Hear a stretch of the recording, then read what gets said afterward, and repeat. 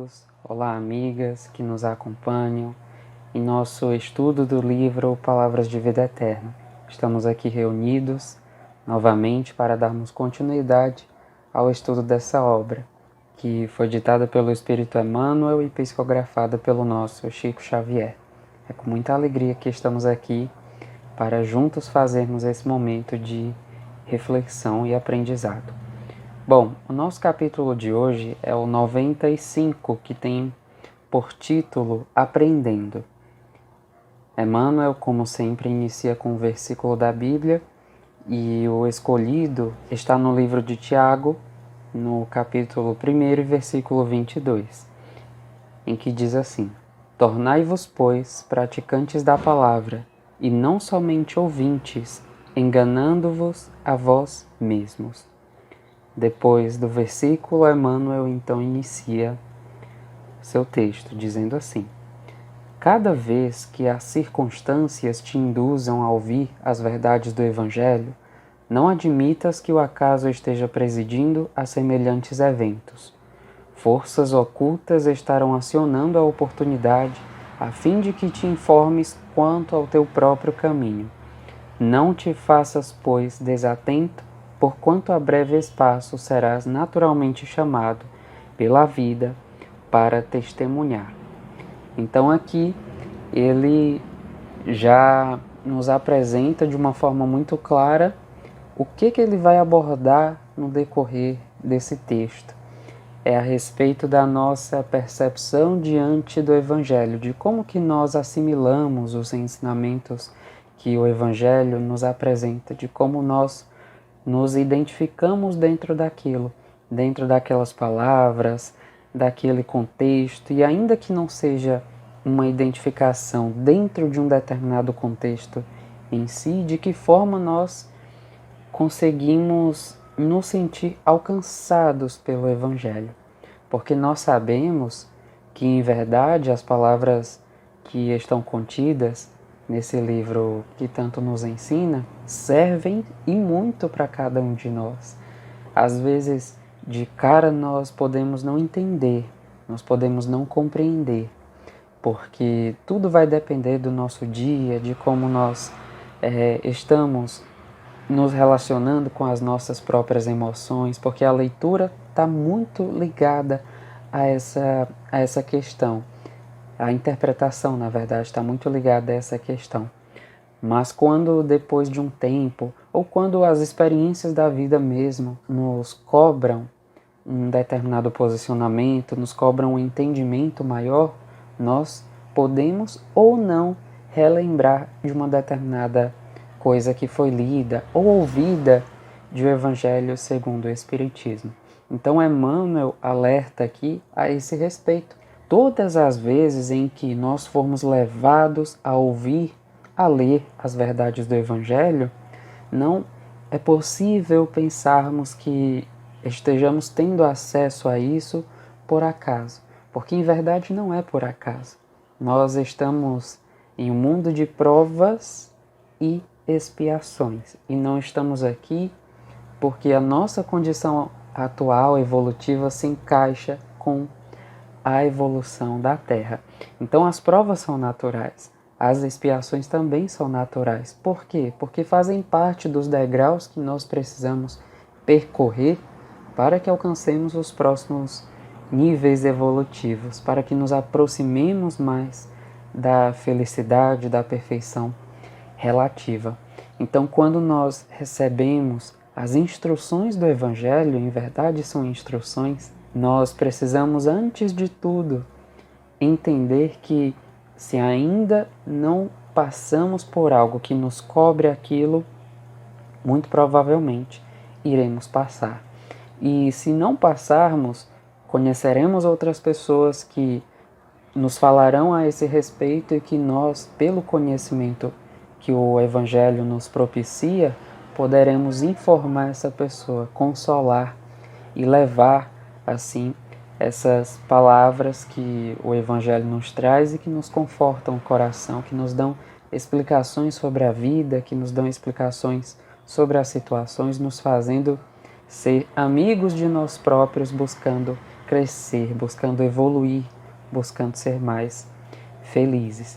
Então, sempre que nos depararmos com as palavras do Evangelho, seja no nosso Evangelho no lar, seja no centro espírita, nas nossas leituras diárias, ou quando ouvirmos em palestras, ou em qualquer coisa que se refira ao Evangelho, vamos lembrar sempre que nós estamos sendo convocados a mergulhar nessas palavras tão lúcidas e tão profundas. E Emmanuel conclui essa primeira parte dizendo assim: não te faças, pois, desatento, porquanto a breve espaço serás naturalmente chamado pela vida para testemunhar. É aí nesses momentos em que nós, com o arcabouço de conhecimentos que temos, somos convidados a sair do campo da teoria e experienciar um pouco mais no campo da prática. Não porque a espiritualidade queira ver o nosso sofrimento, não porque Jesus queira ver a gente em uma situação de humilhação. Não é por isso, mas é porque nós estamos, como dissemos inicialmente, um mundo de provas. Elas são naturais. E nós alcançamos os próximos níveis, degraus evolutivos, quando mostramos não para os outros, não para os espíritos que nós estamos preparados, mas para nós mesmos. Porque se nós fôssemos ter acesso a um grau de compreensão maior do que o que nós somos capazes de suportar, de entender, provavelmente não conseguiríamos compreender tudo o que estaria sendo apresentado. E é aí que está o nosso mérito, porque quando nós alcançamos esse nível de compreensão mais elevado, além do que nós estamos tendo hoje, estamos mostrando para nós mesmos que conseguimos caminhar um pouquinho mais, andar um pouquinho além para o que nos aproxima da nossa felicidade relativa, da perfeição relativa. É claro que de provas e expiações. Para um mundo feliz, nós ainda temos muitas coisas, para viver. E graças a Deus, porque é isso o que nos faculta o mérito de podermos receber essas benesses divinas. E Emmanuel continua dizendo assim: observa a escola e as disciplinas com que se formam determinados profissionais. Acadêmicos de medicina ouvem lições para curar os doentes ou auxiliá-los. Estudantes de engenharia escutam ensinamentos para que os apliquem à técnica das construções no plano terrestre. Contabilistas gastam tempo de modo a garantirem a sustentação do comércio na arte de fazer contas. Tecelões assimilam princípios em torno de certas máquinas para atenderem oportunamente à indústria do fio.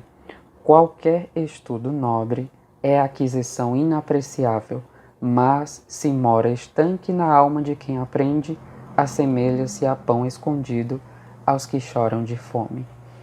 E aqui ele dá alguns exemplos, de que todas as pessoas que almejam um determinado fim, no sentido de realizações, precisam antes aprender, precisam se aprimorar naquilo que estão esperando.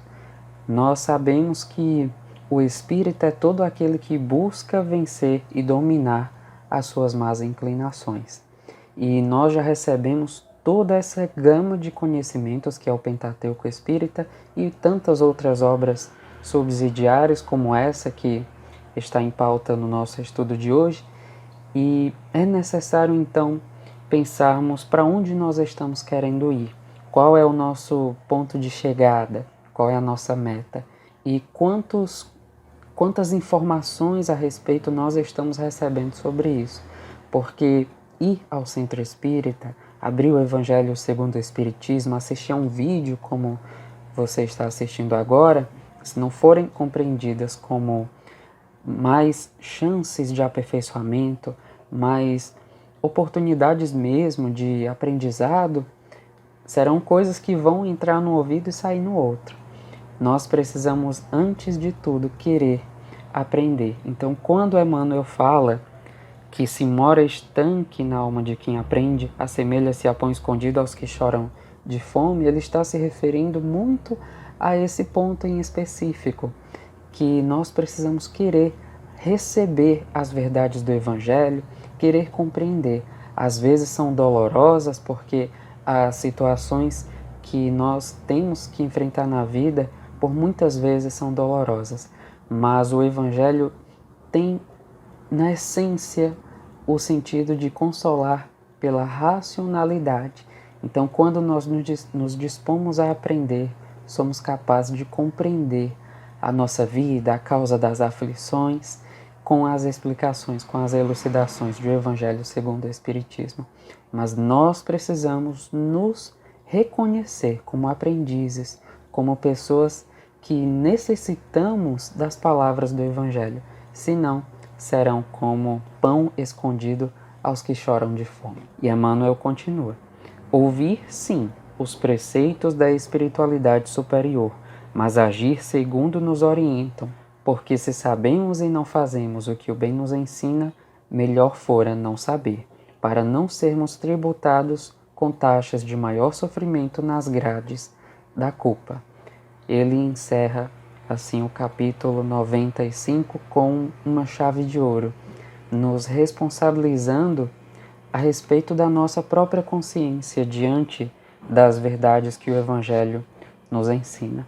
E aqui nós podemos fazer uma breve referência, uma breve citação a respeito da parábola do semeador, em que diversos tipos de solo receberam uma mesma semente de um mesmo gênero, mas ela não se desenvolveu em todos os solos. Teve um único em específico em que ela pôde se desenvolver. E nós somos como esse solo. O nosso coração, a nossa mente são como esses campos que recebem a todo momento essas sementes do Evangelho, as sementes de vida eterna, as sementes que nos ampliam a visão a respeito da realidade, que nos convocam a uma percepção maior a respeito da nossa vida, a respeito dos passos que nós devemos trilhar, das atitudes que devemos executar, dos pensamentos que devemos ter, para que consigamos continuar progredindo efetivamente, caminhando rumo ao que nós tanto estamos aguardando. Então não nos esquivemos das palavras do Evangelho, não busquemos rotas de fuga diante de capítulos que nos coloquem frente a frente com nós mesmos, com as nossas próprias ações, com a nossa própria realidade. Em verdade, o Evangelho é essa sementeira sublime e nós somos o solo em que as sementes são plantadas. O cultivo, o bom cultivo, é definido pelas nossas ações, pelo que nós vamos fazer quando recebermos essas sementes. Se nós vamos querer plantar para que ela se desenvolva e cresça e gere frutos, ou se nós vamos querer guardar para depois, ou se nós não vamos querer receber, ou se vamos querer tomar uma outra atitude. A verdade é que o Evangelho é atemporal e nos é oferecido sempre, sempre e sempre. E não tem data de validade, são sementes imperecíveis. Basta apenas que tenhamos a vontade verdadeiramente, que iramos recebê-las para cultivá-las. Tenhamos então olhos de ver e ouvidos de ouvir, para que o nosso coração e a nossa mente sejam como solo fértil para o cultivo dessas sementes de Jesus. Muito obrigado a vocês pela paciência que tiveram de me ouvir. Que Jesus nos abençoe sempre, nos ilumine a consciência e o nosso coração. Um abraço, uma ótima semana e até a próxima.